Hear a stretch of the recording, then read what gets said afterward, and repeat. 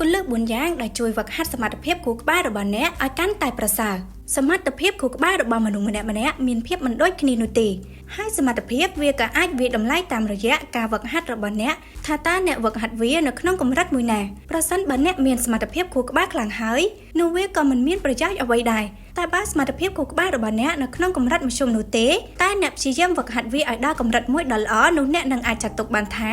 ជាមនុស្សពូកែម្នាក់ផងដែរវិធីសាស្ត្រខាងក្រោមនេះពិតជាអាចជួយអ្នកឲ្យវឹកហាត់សមត្ថភាពខួរក្បាលរបស់អ្នកឲ្យដល់កម្រិតកំពូលទី1ញ៉ាំអាហារបំប៉នល្អៗជាទូទៅនៅពេលដែលអ្នកហត់ឬអស់កម្លាំងពីការងារក្តីភាគច្រើនអ្នកតែងតែយកភេសជ្ជៈដែលមកញ៉ាំដើម្បីឲ្យមានកម្លាំងឡើងវិញដូចជាកាហ្វេទឹកក្រូចឬសូដាដែលភេសជ្ជៈទាំងនោះអាចជួយអ្នកក្នុងរយៈពេលខ្លីប៉ុណ្ណោះតែវាក៏បានផ្ដល់ផលប៉ះពាល់ដល់អ្នកនៅថ្ងៃក្រោយផងដែរដូចនេះអ្នកអាចជំនួសការញ៉ាំភេសជ្ជៈទាំងនោះមកជាការញ៉ាំបន្លែនិងផ្លែឈើឲ្យបានច្រើនទៅល្អជាងទី2ហាត់ប្រាណយ៉ាងតិច20នាទីជារៀងរាល់ថ្ងៃមិនថាអ្នកមានការងាររវល់យ៉ាងណានោះទេអ្នកត្រូវតែឆ្លៀតពេលឲ្យបានហើយធ្វើលំហាត់ប្រាណទាំងនោះទៀតសោតអ្នកអាចធ្វើការហាត់ប្រាណនៅផ្ទះក៏បានដែរដោយគ្រាន់តែធ្វើការដើរនៅទីធ្លាខាងមុខផ្ទះឬក៏អាចរត់ចាត់ទុកថាជាការហាត់ប្រាណមួយផងដែរអ្នកត្រូវធ្វើយ៉ាងណាឲ្យខ្លួនរបស់អ្នកមានចលនានិងបែកញើសព្រោះទាំងអស់នោះហើយគឺសុទ្ធតែជាចិត្តពលដែលអ្នកមានទី3អានជាប្រចាំការអានមិនមែនត្រឹមតែធ្វើឲ្យយើងទទួលបានចំណេះដឹងបន្ថែមតែប៉ុណ្ណោះទេតែវាក៏ជួយឲ្យអ្នកមានអារម្មណ៍ថាបានលំហែចិត្តផងដែរដោយអ្នកអាចយកសៀវភៅណាដែលមានឈ្មោះល្បីយកមកអាន